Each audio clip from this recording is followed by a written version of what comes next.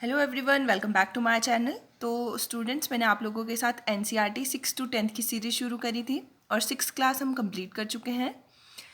और 7th class में भी मैंने आपसे बायोलॉजी और जो एनवायरनमेंट सेक्शन है उसमें से कुछ चैप्टर आपसे डिस्कस कर लिए हैं और कुछ चैप्टर आपके बचते हैं। तो आगे के चैप्टर आज मैं आप लोगों के साथ डिस्कस करने वाली हूँ। तो चलिए शुरू करते हैं। चैप्टर 9 है आपका सॉइल। जो सॉइल होता है उसकी डिफरेंट लेयर्स होती हैं और उसको बोलते हैं सॉइल प्रोफाइल। एंड जो लेयर्स होती है उनको बोलते हैं हॉरिजन्स। और ह्यूमस क्या होता है? जो सॉइल का रॉटिंग डेड मैटर होता है उसको ह्यूमस बोलते हैं। और सॉइल बनती है जब जो आपकी रॉक्स हैं, चट्टानें हैं, उनका ब्रेक डाउन होता है by the action of water, wind and climate, और इस प्रोसेस को बोलते हैं वेदरिंग। जो लोम होती है वो बेस्ट टॉप मोस्ट सॉइल होती है प्लांट को ग्रो करने के लिए। सॉइल के डिफरेंट टाइप्स होते हैं, जैसे जब सॉइल में बड़े बड़े पार्टिकल्स प्रेजेंट होते हैं तो उसको बोलते हैं सैंडी सॉइल। एंड जब छोटे या फाइन पार्टिकल होते हैं वो होती है क्ले सॉइल। जो क्ले सॉइल होती है उसकी वाटर होल्डिंग कैपेसिटी अच्छी होती है। और जब ये दोनों बड़े और छोटे पार्टिकल मिक्स होते हैं तो उसको बोलते हैं loamy soil. Mixture of loamy soil, sandy soil and clay, इन तीनों के मिक्सचर को बोलते हैं सॉइल, मतलब इन तीनों के मिक्सचर को बोलते हैं सिल्ट, जो कि रिवर के बेड्स में डिपॉजिट होती हैं। पर्कुलेशन रेट क्या होता है? पर्कुलेशन रेट होता है कि सॉइल कितना वाटर एब्जॉर्ब करती है। तो इसको इस तरह से कैलकुलेट कर सकते हो, amount of water in millilitre and percolation rate, percolation time.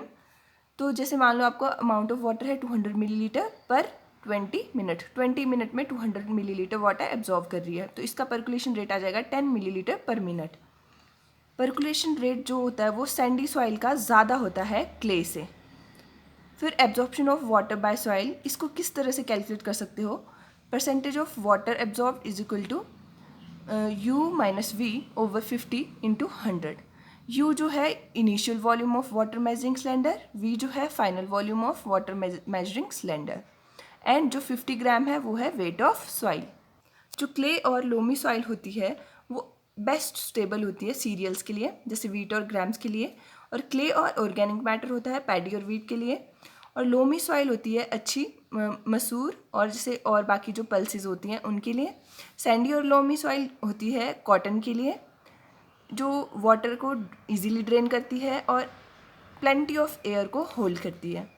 जब सॉइल की सबसे ऊपर वाली लेयर रिमूव हो जाती है due to wind, water, ice, उसको बोलते हैं सॉइल इरोजन।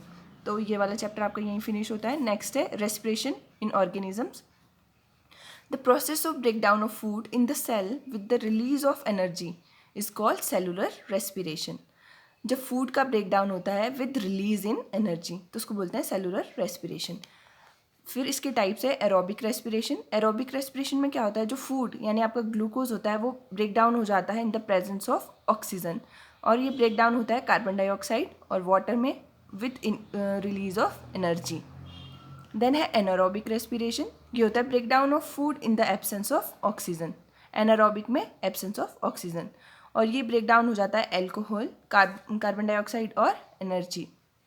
जो ईस्ट होता है सिंगल सेल ऑर्गेनिज्म होता है और इसको यूज़ किया जाता है वाइन और बियर्स बनाने के लिए। जब कभी भी हम लोग ज़्यादा एक्सरसाइज कर लेते हैं, ज़्यादा एक्टिविटीज़ जैसे रनिंग वगैरह कर लेते हैं, साइकिलिंग, वॉकिंग, तो क्या होता है? मसल्स में क्रैम्प्स हो जाते हैं। और मसल में ये क्रैम्प किस कारण होते हैं? जब लैक्टिक एसिड हमारे मसल में एक्यूमुलेट हो जाता है। जो एवरेज अडल्ट के होता है उसका ब्रीदिंग रेट होता है 15 to 18 टाइम्स पर मिनट, पर जब हम एक्सरसाइज वगैरह करते हैं तो उस टाइम ये रेट बढ़ जाता है और ये हो जाता है 25 टाइम्स पर मिनट। जो ह्यूमंस होते हैं वो एयर लेते हैं through nostrils into nasal cavity. फिर नेज़ल कैविटी से जो एयर है वो जाती है लंग्स में। लंग्स प्रेजेंट होते हैं चेस्ट कैविटी में, और ये कैविटी सराउंडेड होती है रिब्स से, साइड से होती है रिब्स से, एंड एक लार्ज मस्कुलर शीट से जिसको बोलते हैं डायफ्राम। इनहेलेशन के टाइम क्या होता है? जो रिब्स होते हैं वो मूव करते हैं अपवर्ड और आउटवर्ड, और एंड जो डायफ्राम होता है वो मूव करता है डाउनवर्ड।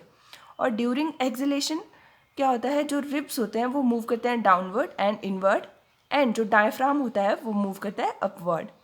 कॉकरोच में इनहेलेशन होती है थ्रू स्पायरेकल, और नेटवर्क ऑफ स्पायरेकल या एयर ट्यूब उनको बोलते हैं ट्रैकिया। जो कि गैशियस एक्सचेंज के लिए हेल्पफुल होता है कॉकरोच में। अर्थवॉर्म क्या करते हैं, ये रेस्पायर करते हैं through skin. And frogs lungs plus skin, क्योंकि जो फ्रॉग होते हैं वो लैंड में भी रहते हैं और वाटर में भी रहते हैं। फिशेस करती हैं थ्रू गिल्स। एंड प्लांट्स क्या करते हैं, प्लांट्स करते हैं थ्रू टाइनी पोर्स, जिनको बोलते हैं स्टोमेटा। नेक्स्ट चैप्टर आपका आता है transportation in animals and plant. Transportation, heart and blood vessels help in transportation, और इस सिस्टम को बोलते हैं सर्कुलेटरी सिस्टम। जो फ्लूइड पार्ट होता है ब्लड का उसको बोलते हैं प्लाज्मा। ब्लड में क्या क्या प्रेजेंट होता है, आरबीसी होते हैं, डब्ल्यूबीसी होते हैं, प्लेटलेट्स होते हैं। RBC means red blood cells, और इनमें एक पिगमेंट होता है हीमोग्लोबिन, जिसकी वजह से इनका कलर रेड होता है। और जो हीमोग्लोबिन होता है वो बाइंड करता है ऑक्सीजन के साथ, और ऑक्सीजन को हमारे बॉडी के डिफरेंट पार्ट्स में ट्रांसपोर्ट करता है। And WBC means white blood cells. ये क्या करते हैं, जो हमारी बॉडी में बाहर से जर्म्स एंटर करते हैं उनसे हमें बचाते हैं, मतलब फाइट करते हैं उनके अगेंस्ट। देन है प्लेटलेट्स। प्लेटलेट्स करती हैं help in clotting of blood, blood कोagulation में ये हेल्पफुल होती हैं। जो ब्लड वेसल्स होती हैं वो 2 टाइप्स की होती हैं, आर्टरीज एंड वेन्स। जो आर्टरीज होती हैं वो क्या करती हैं, वो कैरी करती हैं ऑक्सीजन रिच ब्लड को, मतलब प्योर ब्लड को, from heart to the different part of the body. और जो वेन्स होती हैं वो करती हैं कार्बन डाइऑक्साइड रिच ब्लड को कैरी करती हैं from all parts of the body to heart. जो वेसल्स होती हैं ब्लड वेसल्स, उनकी फर्दर डिवीजन होती है जिनको बोलते हैं कैपिलरीज। देन है पल्मोनरी आर्टरीज। वैसे तो आर्टरीज का काम होता है प्योर ब्लड को ले जाना, पर यहाँ पे एक्सेप्शन होता है हमारे हार्ट में। जो पल्मोनरी आर्टरी होती है वो क्या करती है, वो कैरी करती है कार्बन डाइऑक्साइड रिच ब्लड को from heart to lung purification के लिए। एंड पल्मोनरी वेन क्या करती हैं, ये कैरी करती हैं ऑक्सीजन रिच ब्लड को फ्रॉम लंग टू हार्ट जब वो प्योरीफाई हो जाता है। जो ह्यूमन हार्ट होता है वो 4 चैम्बर्ड होता है। अपर वाले जो 2 चैम्बर होते हैं उनको बोलते हैं एट्रियम, एंड नीचे वाले 2 चैम्बर होते हैं उनको बोलते हैं ventricle. Continuous contraction and relaxation of heart क्या करता है, उससे जो बनता है वो होती है heart beat. Normal heart beat rate कितना होता है, 72 to 80 पर मिनट। एंड जो इंस्ट्रूमेंट यूज़ करते हैं हार्ट बीट को डिटेक्ट करने के लिए वो है स्टेथोस्कोप। सर्कुलेटरी सिस्टम दिया था विलियम हार्वे ने। जो एनिमल्स होते हैं स्पॉन्जीज और हाइड्रा, ये इनमें सर्कुलेटरी सिस्टम एब्सेंट होता है। देन है excretion, process of removal of waste from body is called excretion. Excretory system के पार्ट्स हैं kidney, ureters, urinary bladder and urethra.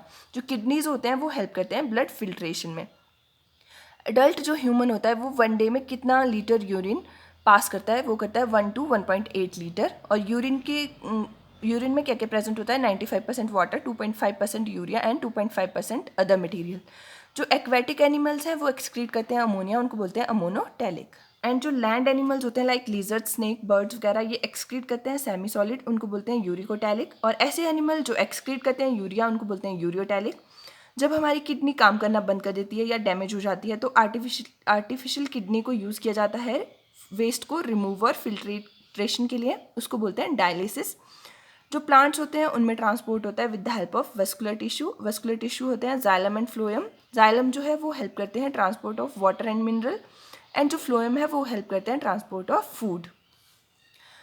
जो प्लांट्स की लीव्स होती हैं उनसे लॉस ऑफ वाटर होता है, लीव्स में जो स्टोमेटा प्रेजेंट होते हैं उनसे, तो इस प्रोसेस को बोलते हैं ट्रांसपीरेशन।